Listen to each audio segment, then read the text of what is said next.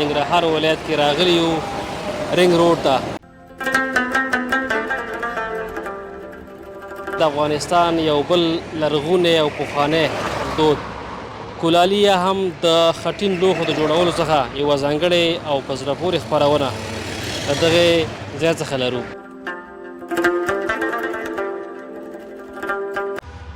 دا تقریبا 15 کاله کېږي چې همدغلته د رنګ روډ کې کار کومه. تا لپاره په دې کسب کې تر ټولو زیات سخت څه شی دی چې جوړوی شي؟ یاره چې رښتیا ووایم ما ته هېڅ شی هم سخت نه ده. اوس که چې ورسره اتیات وشي 10 کاله پورې هغه کوي، اوس مقاومت کوي. حاجي صاحب لخوا تاسو لپاره ځانګړې ډالۍ ګیلاس تر څنګ د اوبو لپاره جام او ښایسته وړوکی دیږي. نو ماشاءالله د حاجي صاحب د لاس کمال دی، په ګوتو دې برکت وي چې ډول ډول شیان ترې جوړوی شي.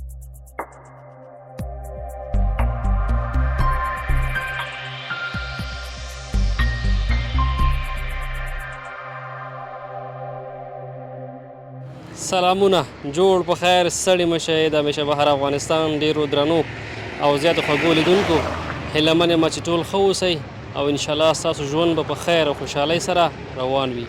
قانت الله باور د یوې نوې خپرونې سره یو ځل بیا ستاسو په درانه چوپړ کې حاضر یم. درنو لیدونکو، دا ځل تاسو لپاره د خپرونو په دوام سره ننګرهار ولایت کې راغلي یو رنګ روډ ته، او په دې خپرونه کې تاسو لپاره د افغانستان یو بل لرغونی او پخوانی دود کولالي یا هم د خټین لوښو د جوړولو څخه یوه ځانګړې او په زړه پورې خپرونه د دغې ځای څخه لرو.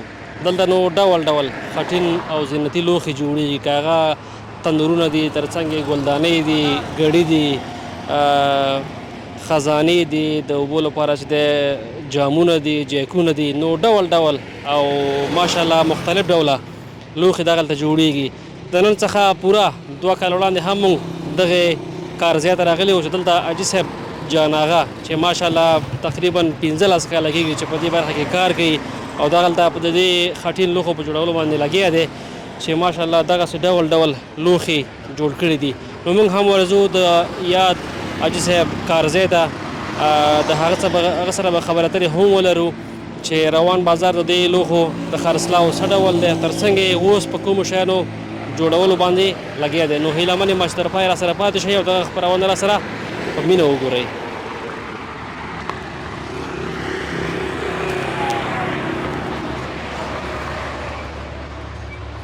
نو ماشاءالله تاسو وګورئ، په پیل کې به دا ځای وګورو چې څومره ښایسته ښایسته لوښي دغلته جوړ شوي دي. تاسو ګورئ رنګارنګ ډوله جیکونه، جامونه، مختلفې ګلدانۍ په مختلفو ډیزاینونو سره. نو ماشاءالله لکه څرنګه چې موږ 2 کاله مخکې راغلي وو دې ځای ته، نو اوس هم هماغسې چې دی دلته په زړه پورې لوښي دغسې ایښودل شوي دي او لا هم حاجي صاحب په دې برخه کې په کار کولو لګیا دی. راځئ چې لاړ شو د حاجي صاحب ځای وګورو چې فعلا لپاره هغوی څه جوړوي او کوم څه آماده کوي. انشاءالله په شریکه سره ګورو.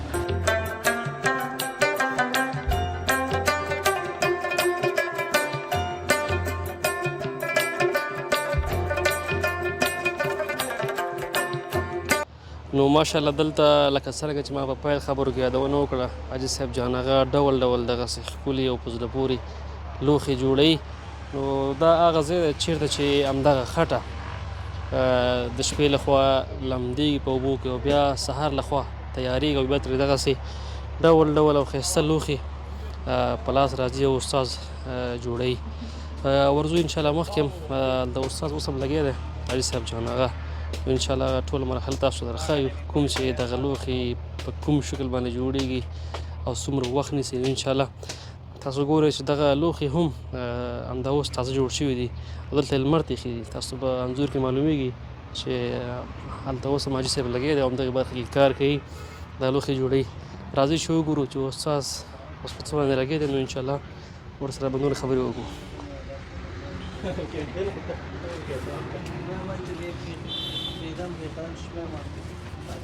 السلام علیکم حاجي صاحب، ستړی مه شئ. وعلیکم السلام وروره، ښه یې په خیر یې؟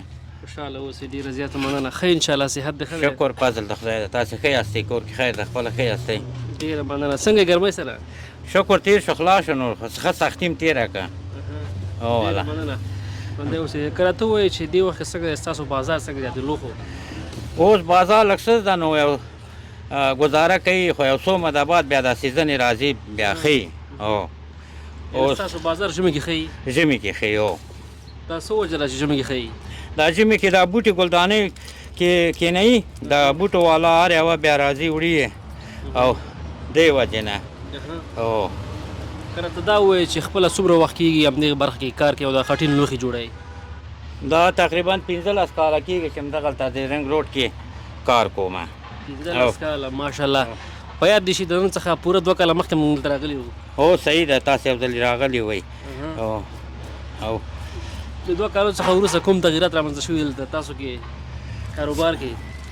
کاروبار کې اوس لږ دومره خلک نه اخلي مخکې ډېر اخیسته خو بیا هم شکر ده اوس چاټۍ جوړوو منګي جوړوو ګلدانې کوونه شو نو منګي چاټۍ قورتمال د هر څیز مقصد یو شی کوونه شو بل شی خرڅوو او انشاءالله اوس فعلا لپاره تاسو دلته څونه لپاره په کار مصروفه دي؟ فعلا 15 کسان یاستو ماشاءالله ماشاءالله. او که دا به راته ووایې چې کله تاسو دغه خټه مثلا د شپې لخوا لمدوئ دا څومره وخت کې بیا اماده کېږي بیا ډنډ نه څومره وخت کې وباسئ بیرته؟ دا خټ همدغسې هلته ډیګۍ کې اچوو بیا چاڼوي چې چاڼم که دلته بیرته یې خوشي کوو چې خوشي یم که د هغه ته د ډیګۍ ته نو 2 ورځې 3 ورځې پاتې کېږي چې وچ شو او خمیره شو بیا یې هغې ځای نه اخلو دلته ماشین ته یې راوړو بیا دلته پې کار کوو. او فکر کوم دغه ډول لوښي چې دی که تاسو جوړوئ دا د هرې خاورې نه به جوړېږي هم لکه نه دا مختلف خاورې نه جوړېږي دا خاص خاوره لري. اوس دغه خاوره چې ده دا کمزوری ده ما سره ډېر په تکلیف یې جوړوم هغه چې صحیح خاوره وي نو هغه بیا ښه ډاډه پې ورځم او جوړوم یې کمزورې خاورې نه جوړېږي. لکه دې لپاره تر ټولو مناسبه خاوره د کوم ځای څخه ده؟ دغه سرخود نه راوړي نو هلته په دې بټیو نه هلته ګوري چې ښه قوي خاوره او ښه سریښناکه او هغه موږ ته راوړي هغې نه جوړوو او داسې کمزوره شکلنه یې شکلنې نه موږ جوړوی نه او مال هم صحیح نه راځي بیا هو دغه فعلا چې ته لګې دا ګلداني ده؟ دا وروره ګلداني ده هو. که داسې راته ووایې چې زه خو ماشاءالله تقریبا 15 کاله کېږي که نه طبعا بالکل استاد ځکه شاګردان به دې روزلي تا لپاره په دې کسب کې تر ټولو زیات سخت څه شی دی چې جوړوی شي؟ یاره چې رښتیا ووایم ما ته هېڅ شی هم سخت نه ده اوس که یو ښه ډریور یې که نه ګاډي ته یې کېنوې هغه کوي نو سخت بیا لوی ګلدانې یي که نه داسې اوس داسې ښکاري لکه چې یو ګاډه چړایي ته وخېجې بس ګیرونه ورکوه او هغه ځي او دلته چې داسې آسان ټیټې دومره زور نه غواړي او غټ ګلدانې چې نو دا ډېر په زور باندې هغه غټه ګلدانې بیا زه جوړوم. داسې هم کله شوي دي چې مکمل کله دا ګلداني سر ته رسولي او بیرته بیا ماته شي؟ هو ډېر شوي دي داسې کېږي بارانونه کېږي بس وروره چې کور نه راځو دلته ډېر مات شي باران ووخي هېڅ ته یې وغورځو د لاکونو روپو مال همدغسې خراب شوي دي ما نه ترپال داسې نه یا مثال ترپال هم نه لرو سم خاص برنډه هم نه بس راشو ډېر ظلیم دغسې په لکونو مال مې خراب شوی ده بس یا باد راشي یا ورې ترپال جي کې ټولې بس وشڼېږي داسې تاوانونه مې ډېر کړي دي داسې مې کړي دلته څه میلمانه راغله دا ګلدانې مې نیمایي جوړ کړی او پټ کړی مې و او هلته دا تر هغه مې پې اچولی سترنجۍ ماله چوچ نه شي چې دویم ځل یې جوړ کړم هغې چې راغله بس ستړي مه شي وکړه پوښتنه یې ونه کړه په دې ګلدانیو کېناستې ده نو د غونډه ورځ کار یې راته ګوټ کړه په دوستانو بس هسې په خندا هم تېره کړم اوس شوی ده کار او اصلي د زړه نه خبر نه و او هغې خبر نه و ویل چې دا خو ما مونږ ویل چې تیار ځای دی هوار کړی کینو. ډېره مننه ژوندی اوسه حاجي صاحب. څه کول پکار دي په دې برخه کې افغانانو ته تر څو د خپل زینتي لوښو څخه استفاده وکړي ځکه دا خو ماشاءالله یو ډېر پخوانی او لرغونی کسب دی او دغه لوښي په نړیواله کچه ډېر زیات شهرت هم لري تر څو تاسو چې کومه زحمت ویستلی دی تاسو کومه پانګونه کړې ده چې هغه هم بې ځایه لړ نه شي. دغه خپل وطنوالو ته وایم چې د پلاستیکي لوښو نه استفاده ونه کړي.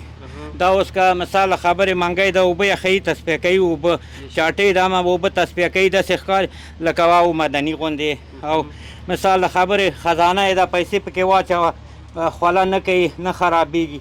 که جامې ده که اوس کورتمال ده بغیر له د خټې نه په بل شي کې نه سولول کېږي. نو دا زمونږ دا ګلدانۍ ده دغه اوړی ژمی ګل پکې کېده دا نه خرابېږي. که اوس مثال د خبرې ته پلاستیکي کېږدي هغه ګرمېږي او که سیمټي کېږدي هغه ګرم و یخي که نه په ژمي کې یخي په اوړي کې ګرم شي. دا ګلدانۍ ګل هېڅ نه خرابوي.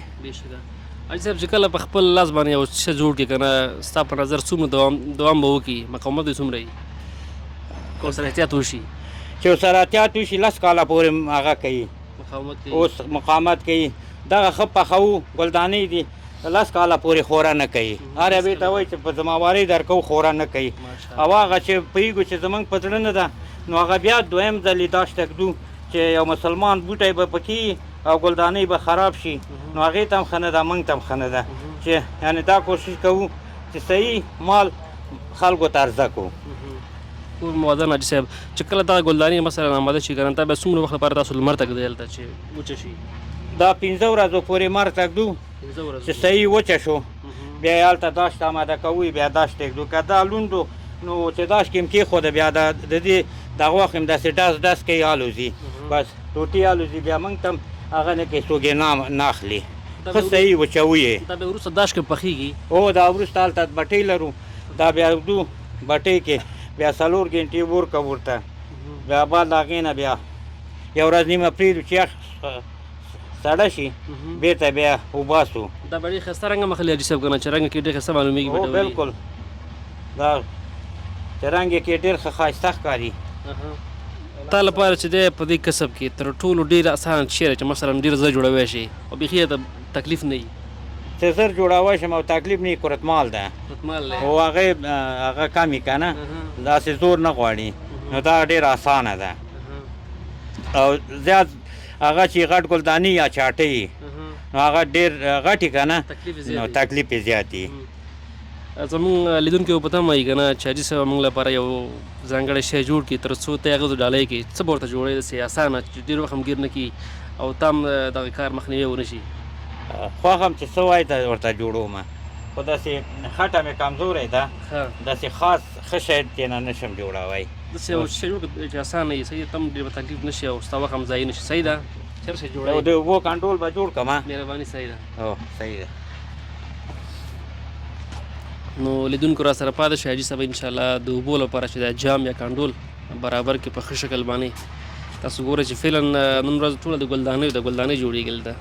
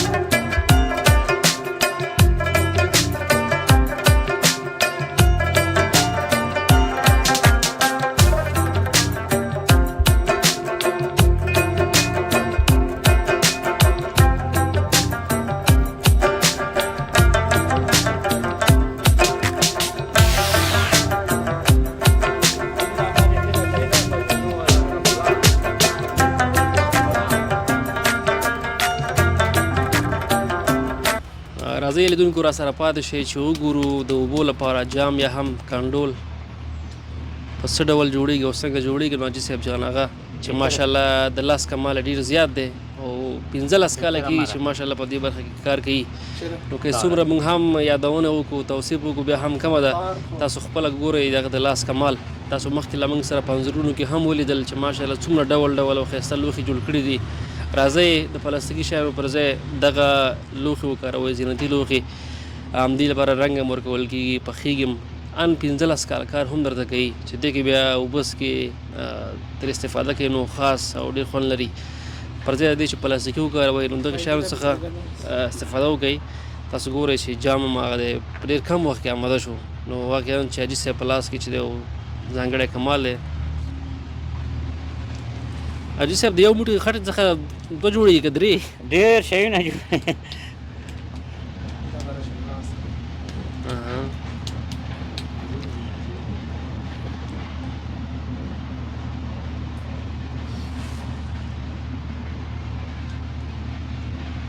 دې نه بله خیر ګیلاس جوړېږي. تاسو ګورئ چې څومره ښایسته ښکاري. حاجي صاحب ګیلاس دی که نه؟ بالکل.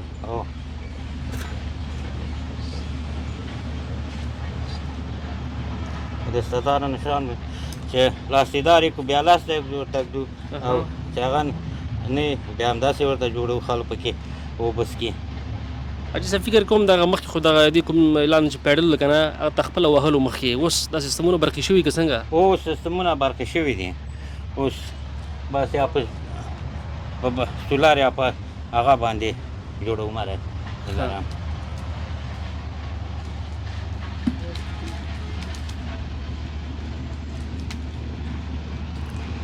حاجي صاحب تاسو خو ماشاءالله اوس خپله کسبیانه مې که نه یو ورځ کور کې کښېنئ تاسو به زړه نه تنګېږي که نه دا کار ونه کوئ. او بالکل. ځکه پخواني مشران ټول همدا شی دی چې کار ونه کړي که نه رات منې زړه تنګېږي کور کې. او زړه م تنګېږي او بل چې کار وکړو ښه ده لکه یو تمرین غوندې وي که نه. او څه تکلیف هم بیا نه پیدا کوي سړی.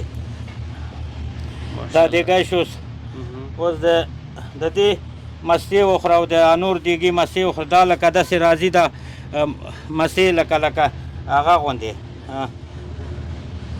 ډېر کلک راځي که نه چې هر سړی خوښوي او دا اوبه یې جذبوي او دا د نور دیګي چې دي هغه خو همداسې اوبه پکې ولاړ دي هغه نه جذبوي. دغه اوس دیګی شو. ډېر ښه ماشاءالله ماشاءالله. ډېره مننه حاجي صاحب، خوشحاله اوسئ. دغه ونو لیدونکو د حاجي صاحب لخوا تاسو لپاره ځانګړې ډالۍ ګیلاس تر څنګ د اوبو لپاره جم او ښایسته وړوکی دیګی. نو ماشاءالله د حاجي صاحب د لاس کمال دی، ګوتو دې برکت دی چې ډول ډول شیان ترې جوړوی شي. که تاسو هم غواړئ چې دغه لوښي په مستقیم ډول ترلاسه کړئ نو کولی شئ سرخود سرکې رینګ روډ باندې راشئ، مخکې بختان پل څخه مخکې د حاجي صاحب دکان دی. نو ماشاءالله ډول ډول زینتي لوښي پکې شته، کولی شئ دغلته له نږدې څخه یې هم ووینئ، تر څنګ یې دغلته ډول ډول ښایسته لوښي ترلاسه کړئ. حاجي صاحب که کوم وروستی پیغام در هېوادوالو ته هغوی چې تر څو باید دغه خپل افغاني زینتي لوښي وکاروي؟